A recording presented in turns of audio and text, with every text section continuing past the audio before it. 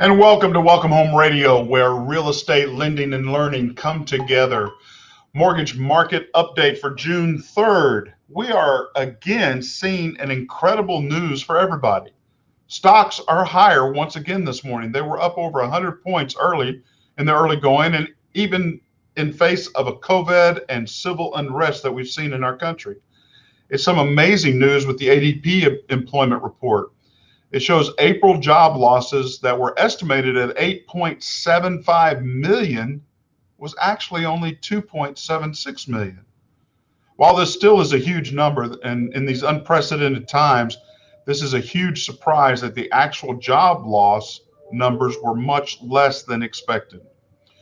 The MBA, or the Mortgage Bankers Association, released their mortgage application data for last week, showing the overall application volume dropped 4% from the previous week. But purchases were up for the seventh straight week, a solid 5%, putting them 18% higher year over year.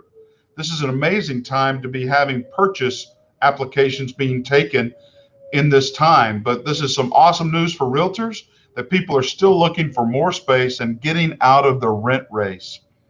And we saw a small increase in loans going into forbearance. The move is only 0.1%, and we may be seeing a cresting of the use of forbearance. This is great news to the real estate and finance industries. With continued increase in purchase applications and rates staying fairly flat, the real estate market is ready to jumpstart in a big way. Today, we'll be reviewing a poll that we asked, what are your key questions you desired to be answered? And last week, we started answering these questions, and in part two, we barely got through just 1/4 or 25% of all the questions. So again, joining me today is my wonderful partner, Alan. How are you today, sir? Good afternoon, Blair. I'm doing wonderful. How are you, bud? Oh man, I'm blessed and highly favored. And as I understand it, Tom will be joining us a little bit later today. And who Good. knows, the head monkey butt might join us at some point. I don't know. He may decide to come from out behind the screen or the curtain. But hey, last week Still plowing his driveway. Last week, we had some great conversations on key questions our listener audience was asking, and I want to continue that because it was really informative, I think. And with, again, applications of purchases going up, this is just a sign that people are ready to get out of the rent race, ready to buy if at all possible. And I just think it's a great time for them to understand, and these questions are coming. So first off, we ended last week with, can I trust my real estate agent? And of course, can you help us recap some of the key reasons why a buyer and then a listing or a seller want to have a real estate agent by their side during this process? Well, yeah, it's the biggest purchase you're going to make in your life for about 99.5% of us.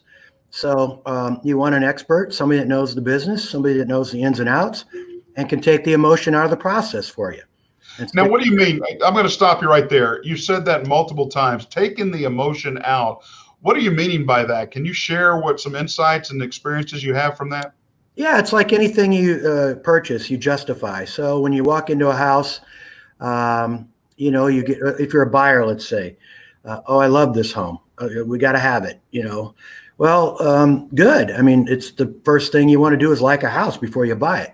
But there's other parts of things you need to think about: the diligence, the inspections.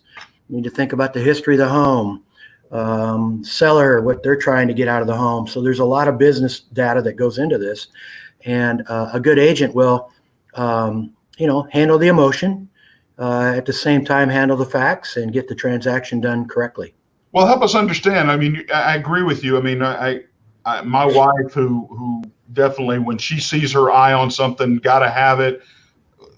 We got to slow down and look at some things.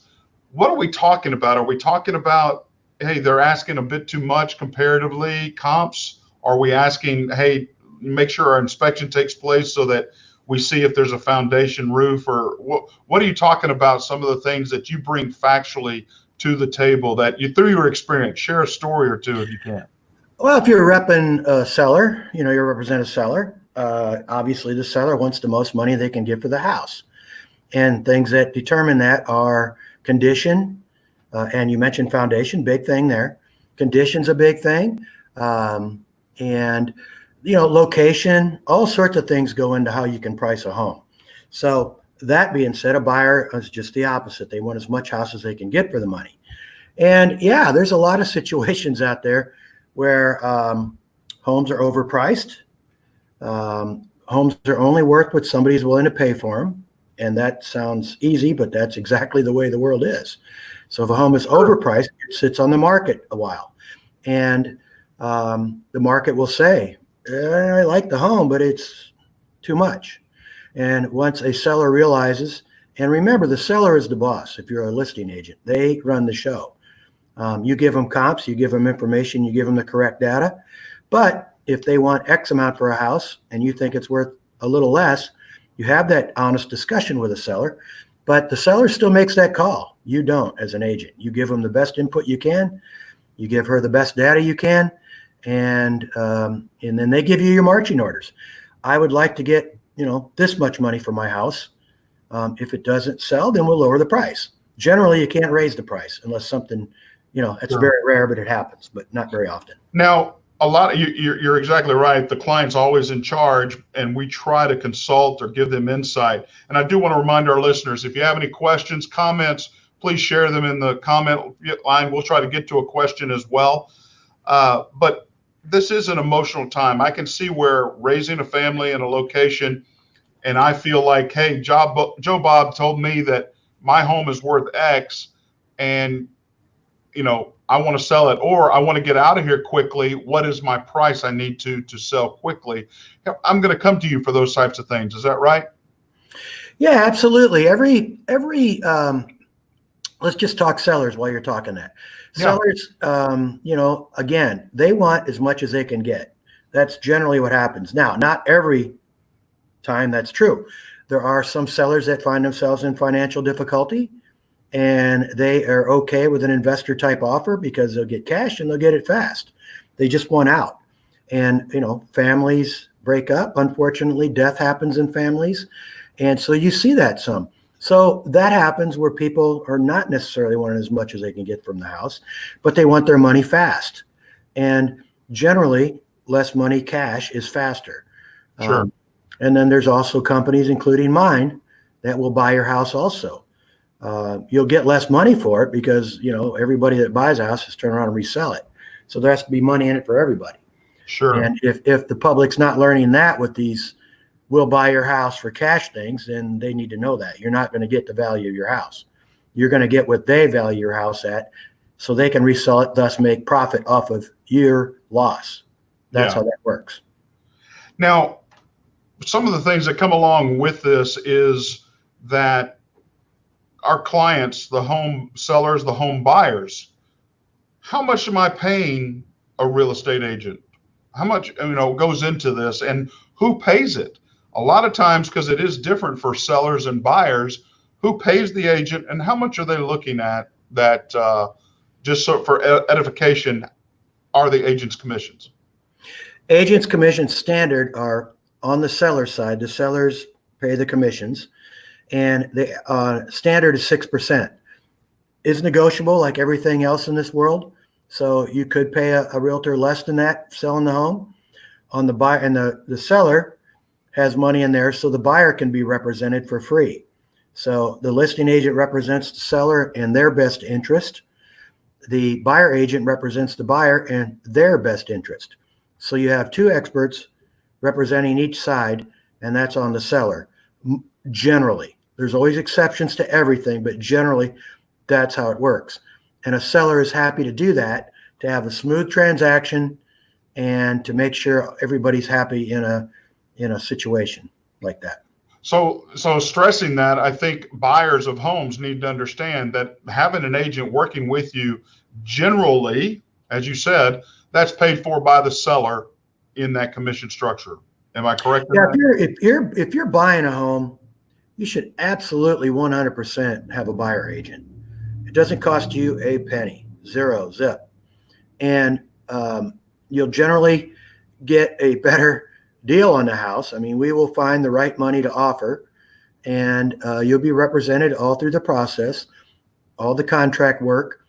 We work with you on the diligence, the inspections, If appraisals come back, where they need a little work, then we jump back in and work on that with our lenders, and we get through it professionally and honestly and correctly, and thus back to where we started with this. Take the emotion out of what is a wonderful experience, should be a wonderful experience for any buyer. And that's what we all try to do. At least that's what I try to do. I try to, Sure. I try to have fun doing it, help my clients get the very most they can for their hard-earned money, and then hand them the keys to the home. Well, you do well at that. I know that. Now, one of the things that let's extend or chase this rabbit down the trail a little bit further. You're working with a buyer, but they're using a for sale by owner. They're buying a home FSBO. Help us understand some of the differences of FSBO as opposed to a MLS listing and working with an agent. What are some of the challenges? For sale by owner is always been around in the United States of America since the first house was built. Okay. So that's always been around. It's always going to be around. And there are some people that are really good at that. There's owners that get the business, understand it.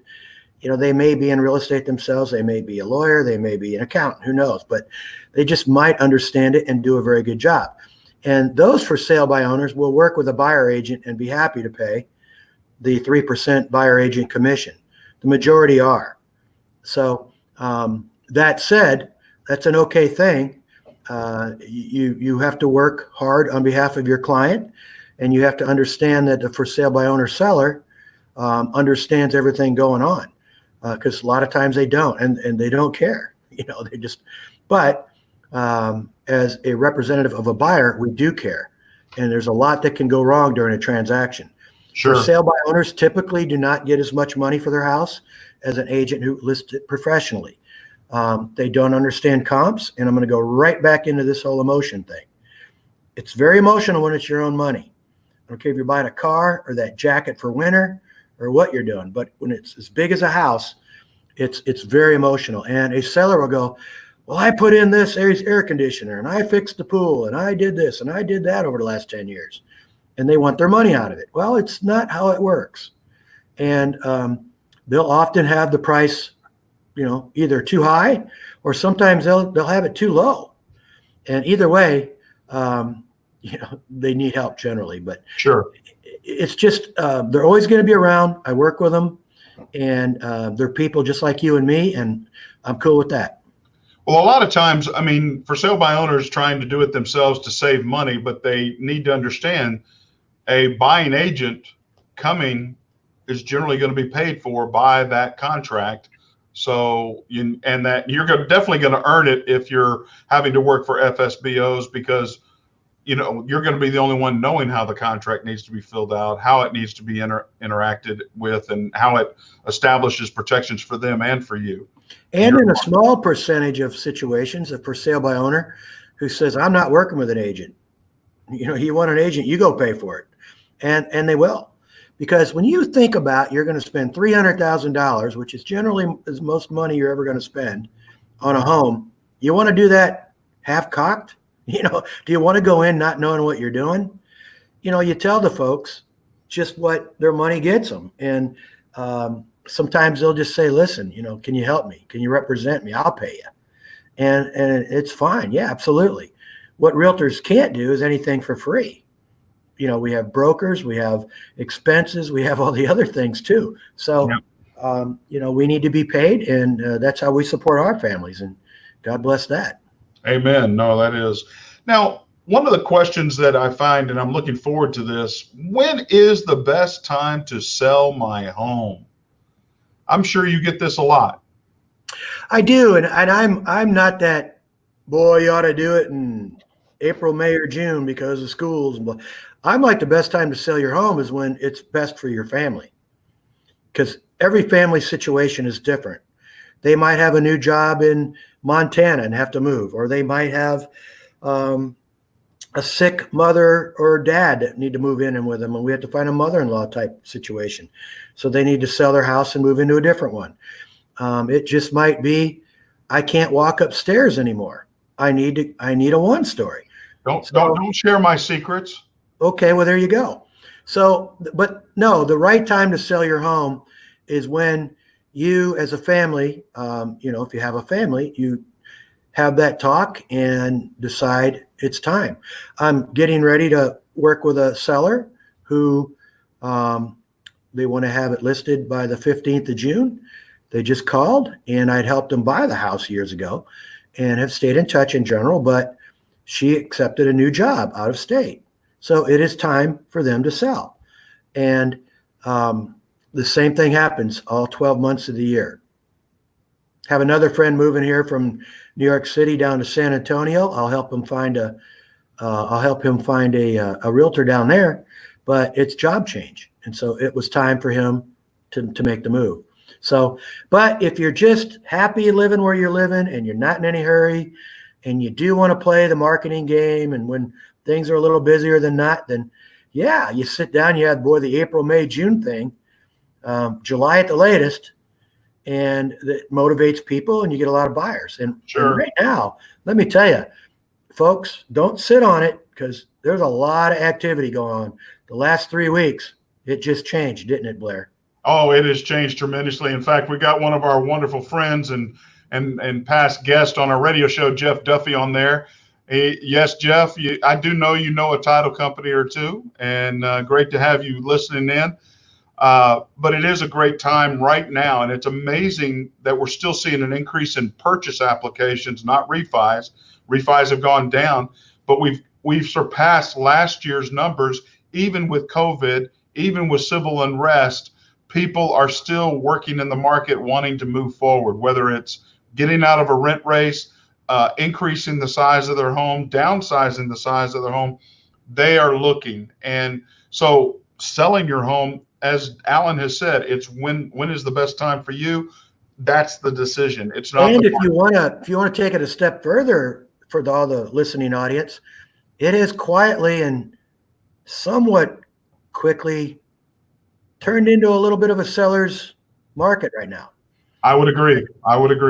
That I don't think anybody really saw that coming 2 months ago when we all didn't know if we could go outside, and we thought if we were within a couple feet of somebody, we were going to certainly get sick. So nobody did anything. And Jeff knows at title, curbside service at title companies and Zoom calls to do stuff. And so it changed. Nobody really knew how to react there for a while. But now that we're getting through it, it turns out we're healthier than we thought we were going to be. The market is going, man.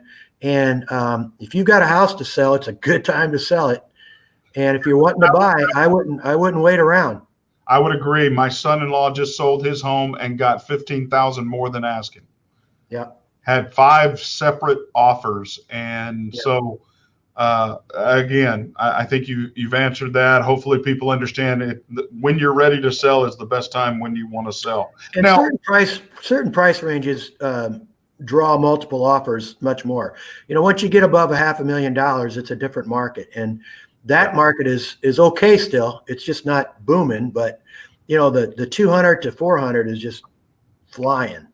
Yep. Anything less than 275 seems to be flying. You're not staying in your home long at all. And then you get over the threes up into the 450s. You're seeing a little more, but it's still, things are moving. And so one of the additional add-on questions to this, how is the real estate market right now? And I guess right now, turning into a seller's market, as you talk about, we are definitely hamstrung by supply and demand. Basic economics, we have more demand than we have supply. Builders slowed down their production. People weren't ready to move. They were going to refinance as opposed to. So we do see a slight seller's market in our area. But for Texas, we are still seeing an increase in equity, 4.675% year over year. That is huge equity growth in the housing market here in Texas. Well, we grew 1.9% just during the COVID period. Really. And nobody on the national media was saying that. So, when it comes to Texas and Dallas, Fort Worth, then here you are. Here are some answers, and we can get you the data. The national stuff is all different. The messages that are going out nationally, they just almost never apply to an individual market. Cleveland isn't Dallas. Dallas isn't Miami. Sure. Miami isn't Seattle. So if you want to know how those markets are, contact your lender, contact a realtor, and by golly, if you really want to know how busy real estate is, call your favorite title company and ask them, because title You hear that, Jeff? He's talking to you.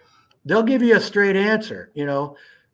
Some people in the business are always positive. Oh, yeah, blah blah, it's great. Hurry, and that's not how it is. It's always how it needs to be for you. That's how real estate should work. The point I'm getting at is, if you really want to know how things are in the market, you call a title company, and if they're busy, then you just go ahead and think, okay, it's a busy market. We had a change there all of a sudden. That's okay. Hey, It's good. now we have a follow-on to that, even the same person asking, what steps should I take to prepare my home for sale? I'm thinking about selling my home, Alan. I want to be prepared for you to come visit. You're going to come and sit down and tell us what we need to do. You're going to walk around our home. What's the process I need to be ready to sell my home? Well, it's different for every seller, as all homes are in different conditions, and goals of sellers are different all the way around. But in general, what happens is I come over and we start, and I'll ask them right off the bat, what are your concerns of your home? And they've lived there. They know if there's, a drop in the floor in the bathroom, or the plumbing is leaking, or they had a leak in the attic of their air conditioning system and it did come through the ceiling, and so we ask those type questions, and then we look at them firsthand. But in general, the major things matter: foundations, heating and cooling, and roof. Those are three big ones. And then when you get into a next tier, you try to, maybe tell a seller, it depends on the seller, they're all different, but a seller who's not experienced at it, maybe bought a house or two and hadn't sold but one. Remember what it was like when you were a buyer. When you walked into a home, it's that first impression. So we want to make sure that first impression's nice, open, bright, walls painted or clean, no clutter. Closets are a big thing, really big thing. Okay, help me through that. What do you mean by big thing? Why is that clutter in this? Well, because we don't have basements in Texas, and people tend to use closets for a lot of things that people up north don't. So a closet with clothes in it and shoes organized, perfect. A closet with, 28 guns in there and, 29 boxes of shoes and 5 toys. Yeah, we need to clean that up. So the guns are the problem. The ammo's okay. Yeah, the ammo's fine. Okay. No, but in general, what I'm saying is an uncluttered closet's good, because that is a big thing for parents buying a home, especially parents, that have the kids. So that's an issue. Master bath is a big thing. You want to make sure the plumbing's right and the toilet doesn't move when you sit on it. And there's a lot of things that people don't think about. They just live with it. And those are things that you have to ask a homeowner that's experienced with the home. Once you get through all that, then you go through all sorts of minor repairs you might want to do that might help the resale. But in general, it's the major things we talk about. And then we want to, of course, know, do you have any liens on the house? Are you free, and do you have a loan? Are you currently paying a mortgage? Things like that. So that's the process. You just talked about, a death in the family, an inheritance of a home. To find out things like that, a lien or extra things that a parent may have done to a home, they can go to a title company to get that type of information. Is that correct? They're not going to absolutely. Yeah, and when a house sells, one of the things you assure a buyer, the seller generally pays for the title insurance. Yeah. Occasionally, in a hot market, it can be negotiated the other way around. And then the title company will assure that, yes, you are free to sell this house, and the buyer can understand the title is free and clear once they buy it. It is their home. Title companies run into all sorts of things. And, I've got you will like stories. I have one right now.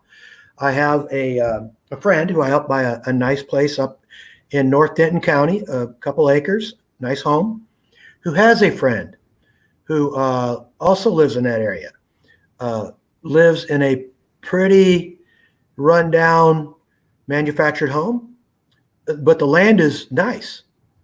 Turns out the home is in somebody else's name, but the land is in her name. Now, how Wow. far back? Yeah, right. How far back that went, we're looking into, but that's a thing where any realtor, we can't do a thing for you until we know who we're doing it for. So if we have two owners, then the two owners have to agree that they're okay on this and they're going to get the proceeds prorated based on what they own of the property or whatever the arrangement is.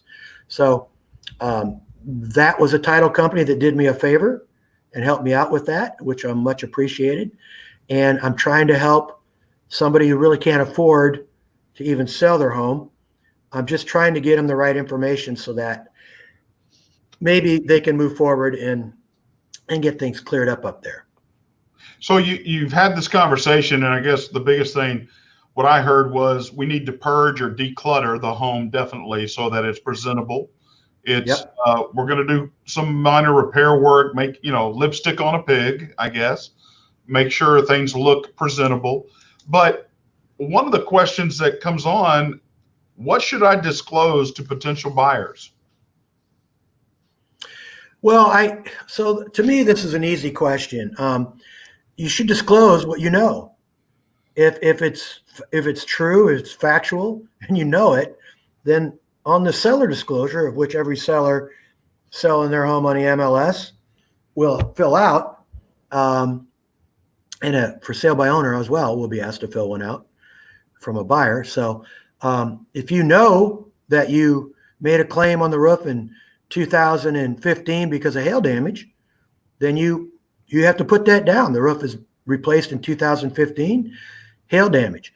Well, and if you don't disclose that, then on another page of the seller disclosure, it'll say, have you ever filed a claim and not used the money to fix the problem? And if you put no, you're not going to get away with that.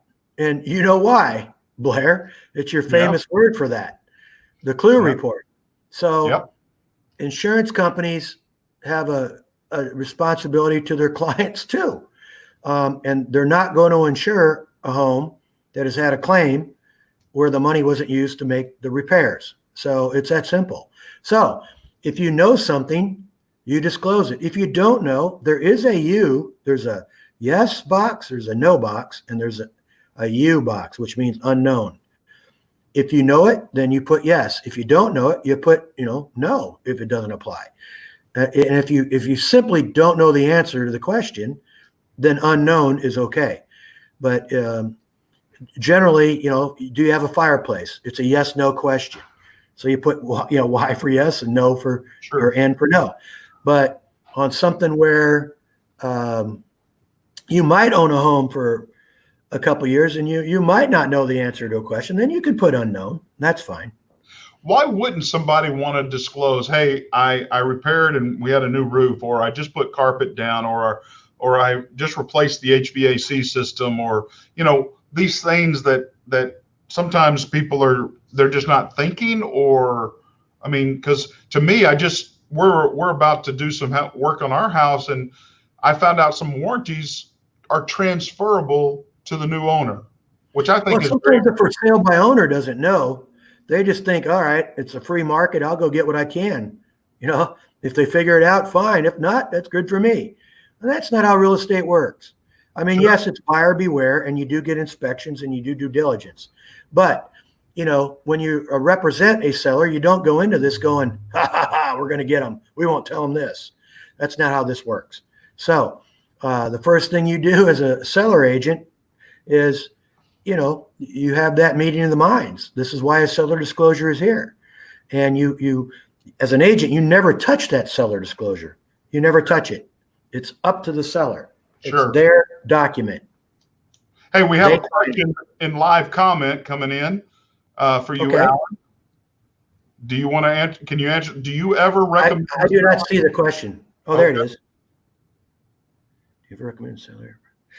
I don't necessarily recommend it, but many people do on their own. If I'm a buyer agent, I don't care if a seller has their own appraisal. I really don't. Now, a seller might think that's a good thing to, should they get a bunch of lowball offers and they want ammunition to say, well, here's what it appraised for. But remember, if Jeff, if they're borrowing money, then Blair's going to have an appraiser come out and represent his company. He won't know the appraiser, but it will be a Texas appraiser that'll come out and say, look, guys, this home isn't worth what that appraisal said it's worth. And then as a lender, that means a lot more to a buyer than a seller having their own appraisal. So yes, sellers do appraisals. I don't really recommend they do it. If they want to do it, I don't tell them not to, but I tell them the process. And after I explain the process, if they still want to do it, then amen.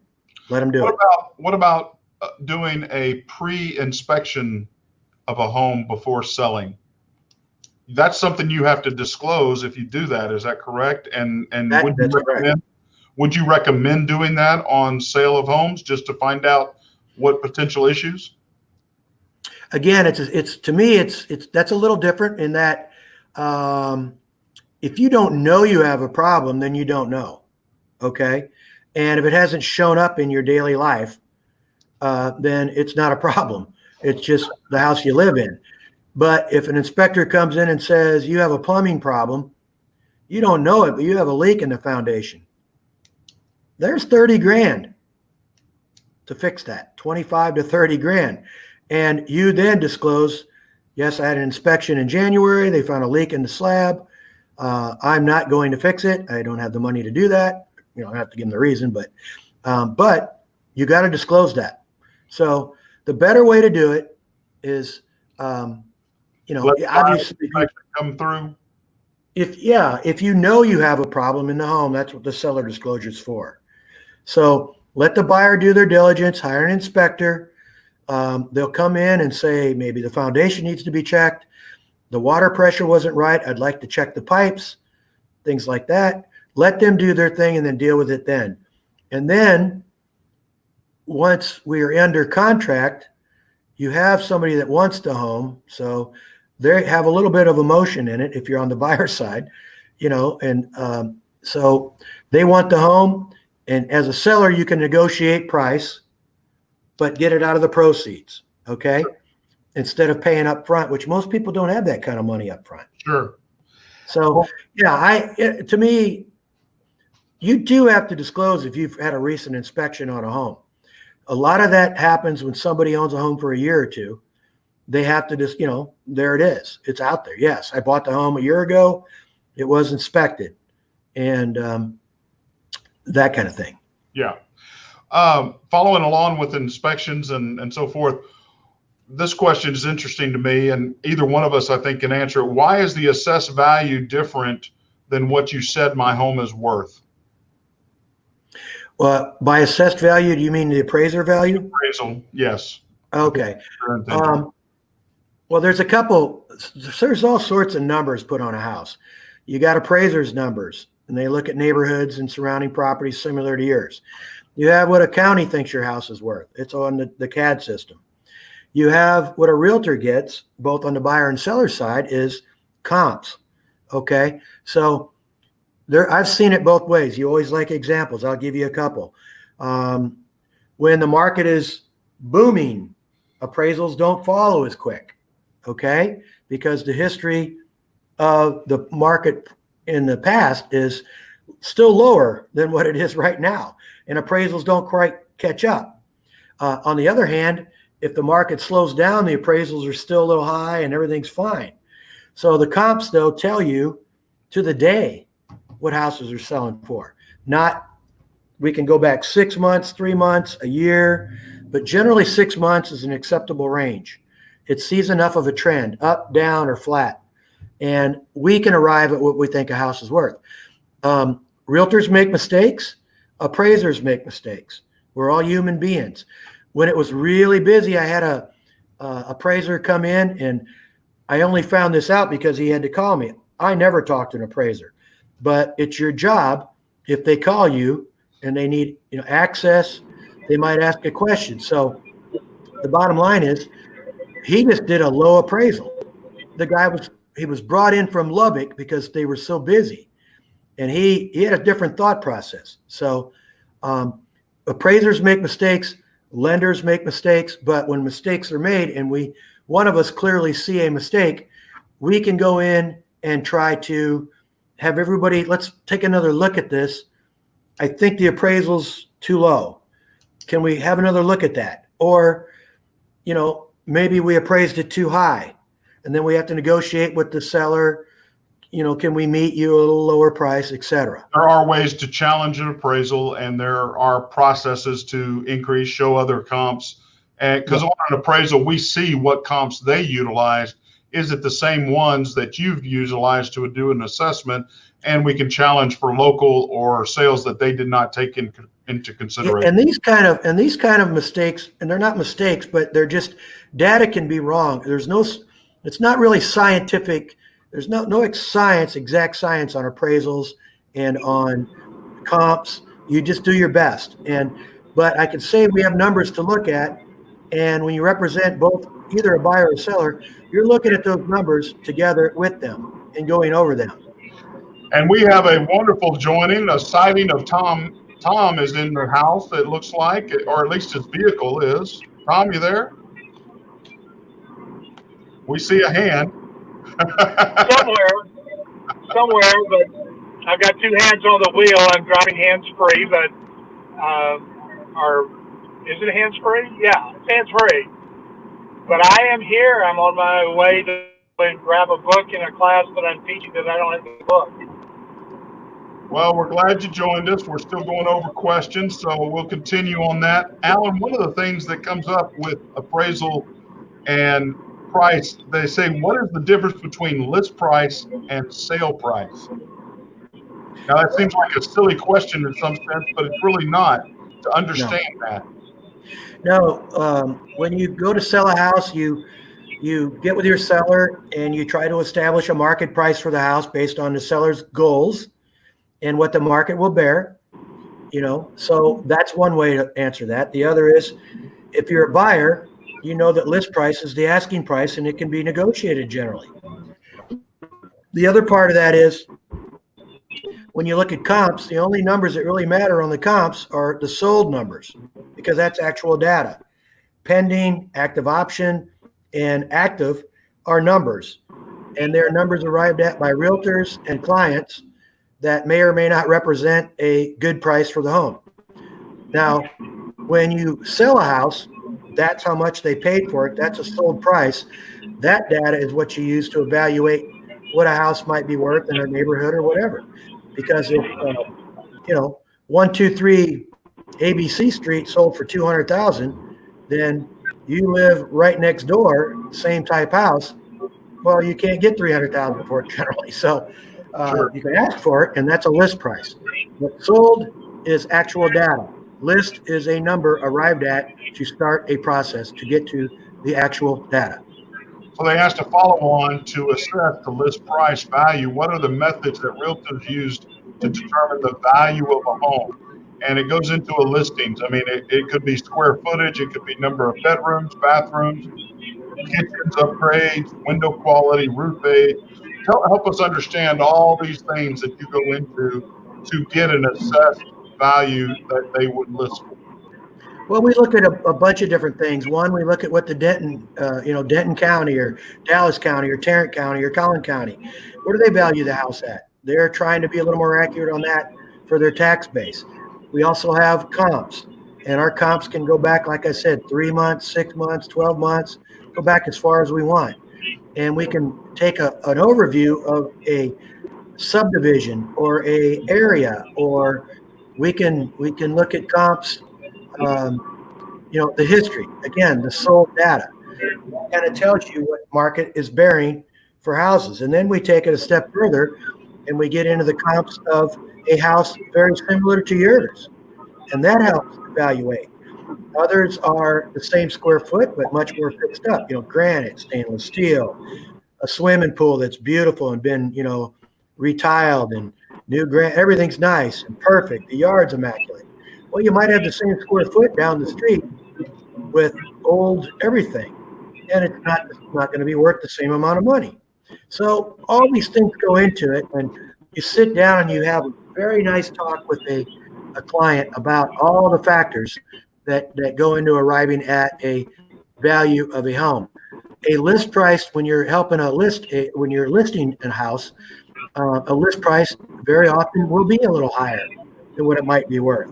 But it's also worth what somebody will pay. And if that house is nice, comes on the market, and you get 3 people right after it, then, is your price too high? No. But what you generally can't do is raise a price. You can lower a price. Some people like to go in a little high, give it a go for a week or so, and then come down. Others are just, their goal is more aggressive. Tell me what it's worth. Let's get it on the market and let's get it sold right away. Others are like, I'm not in any hurry whatsoever. I don't mind living here, and I'm not taking a penny less than this. Well, again, the seller is the boss. You give them the good data, and you help them the best you can, but it's their house. It's not your house. And if you're a buyer agent, it's just the opposite. You're in there. I'm not paying. I don't care if he likes the house or not. It's not worth that much. And the comps say it's not. And I have to borrow money. And the lender appraiser is going to say it's not worth that much. So I'm not wasting anybody's time. And you do waste a lot of time. If the loan falls through because of an appraisal, you've lost a lot of time. I noticed our partner here in crime is actually eating while he's driving and listening to us. So I'm hesitating to ask him a question or not. We might get some. What are you having for lunch there, Tom? Leftovers.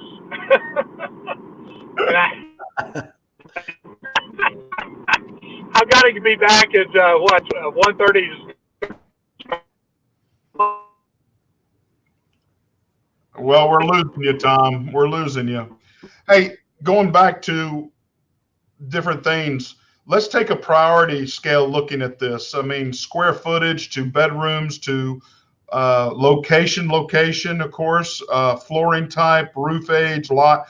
What are the top 5 things that in a home that help establish that pricing as well as that value that it would be sold? What are those top 5 things that people need to be? You nailed them right there. It is, first off, it's location matters, size of the home matters, pool matters, yards matter, bedrooms matter, and then from there it's an individual thing. Each buyer is a little different. So if you're a buyer agent, it's different than if you're a listing agent. But in general, buyers are looking at homes in areas they want to live in, obviously. So they're already looking for things that the sellers have. That's an easy way to look at it. And that generally means square footage, beds and bath, pool or no pool, and schools. Schools are very big. A school district really matters in this world. So those are the big ones. And then, but people who, it depends on your priority. If schools are your priority, you might look at maybe having, a master down with no other bedrooms down, or maybe you want the master down, 1 bedroom down and 2 up, something like that. Little things like that they might be okay with, as long as they get their kids in that school, then they'll make a difference. It just depends on the priority. Obviously, if you want a pool, you're not generally going to buy a house without a pool. It's generally cheaper to buy a home with a pool than buy a home then put in a pool. So that's that. And then as far as beds and bath, the neighborhoods generally are built by certain builders, and they are very consistent in, our neighborhood are mostly 3 and 4 bedroom homes, but 3 or 4 of the homes have 5 bedrooms. So, if somebody wants to live in our neighborhood, they already know that, and they're okay with all that. Sure. And that makes a lot of sense. I mean, a lot of times people don't know what they want. They're trying to learn. They're working with an agent like you on what their top priorities are, and they're just trying to figure out what do they want. For me, got to have the master bedroom down, definitely. But school, so forth, we're not it's not a priority. Well, for families that have small kids, they're more interested in having the master close to another bedroom. Yeah. And so everybody's a little different in your part of the life you're in. And that's why everybody's different. And you just treat, for those clients in which I'm working with one right now, they haven't been through the process, not exactly sure what they're looking for, but have a general idea, then that's a different thing. What I generally do is start off with a broad search, and then we'll go look at a couple homes together, and we'll talk about things in the home, and I can communicate with them, and they will tell me, I didn't think about this, Alan, I didn't think about, that's a big deal right there. Okay, good. Well, that helps me learn. The more I learn about my buyer as a buyer agent, the better job I can do for them helping buy a home. And that takes generally what I call the investment visit, which you go to the home that you know is probably not right, but you have that talk and you identify things they don't like or they do like, and then you can redefine your search a little bit, come up with a strategy, set up more homes for the next day, and go bang, bang, bang, bang, bang, and look at several homes. Yeah. Has the process for you changed a little bit recently? Since it is speeding up a little bit, you're getting back to some normal procedures? This Zoom walk around the house type thing is not really taking place anymore, is it? It's actually your feet on the ground visiting. Is it taking place anymore? Yeah, it is. But no, not in my business. No, if you're going to buy the biggest purchase of your life, we're going to go there. If you don't want to go there and just buy it, I'm probably not your guy. So, is that happening a lot? No, it hasn't happened a lot. But for about 2 or 3 weeks, it was a big thing where, I don't care if you take the best camera in the world to a home and walk around and describe it. A home is not a car. I mean, you can buy a 2019 car, and the same car is going to be a lot like that, a Hyundai or whatever, So, but a house, no, you got to walk the house. You got to look at the house. You got to be in the yard. The foundation matters and the roof matters, and you need to see that. And if you're an investor, that's different. I mean, my goodness, there's investors out there that they'll just say, all right, it's 200,000. I'll give you 155,000 sight unseen. If you're ready to go, let's go. And some people do that. But no, if you're a family and you have kids to raise, and no. We go look at the house. Definitely. Yeah. Now, it's also the market, for a while there, appraisals are allowed to be exterior, interior, or a remote viewing. I'm seeing a slight change in that right now remote viewings are less and less. More of them are required to get out there and actually, like you say, get feet on the ground. And I think that deals with, everything that's going on, that we realize COVID is not as pandemic as they claim. Yeah, that's contagious. The touching of the surfaces. When you're a realtor, the first thing you do is touch the door handle, right? And you unlock it, and then you go in. And so, 4, 5, 6 weeks ago, you had to rethink the whole process. The shoes, the hands, getting back into your vehicle.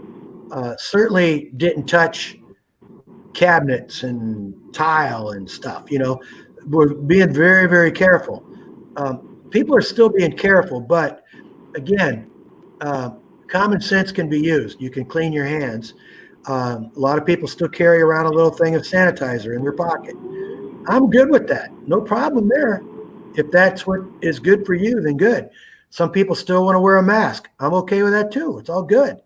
But if you're going to buy a home, my advice is do it the traditional way. Go in that home, drive the area, make sure it's where you want to be. So, yeah. Sound effect. Tom is having some fun or something. I don't know. Sounds like he's catching the Cannonball Express. Or he's driving in a cave. I have no idea. But in general, though, back to the real estate part, go look at the house. Anybody out there, the virtual buying thing is if you're a first-time home buyer, it's impossible. First off, I and if I don't care if you're an experienced home buyer, you're going to make a mistake. And there's forms in there that kind of benefit the seller a lot more than others, and there's other forms that benefit the buyer. So, but the best way to eliminate all that is go in and actually look at the house. totally agree. I want to, listeners, please keep the questions coming. Let us help you understand or answer key questions. I'm sure we're going to be getting some others. We've got some great topics coming up over the next few weeks. We appreciate you taking time and listening. Stay safe out there. Jeff, thank you so much for joining us and adding little. And Tom, it's good to see you, sir. Not have heard you too much, but hope you're doing well. Well, thank you. I am doing pretty well. Juggling a bunch of balls as usual, but still. Well, that's good. It looks like you're at least in a good connectivity area so that you could join us. But hey, I'm Blair Thomas. I'm Alan Pace. And he's Tom Holmes. We appreciate you. Come back next week for us, and we look forward to hearing from you. God bless.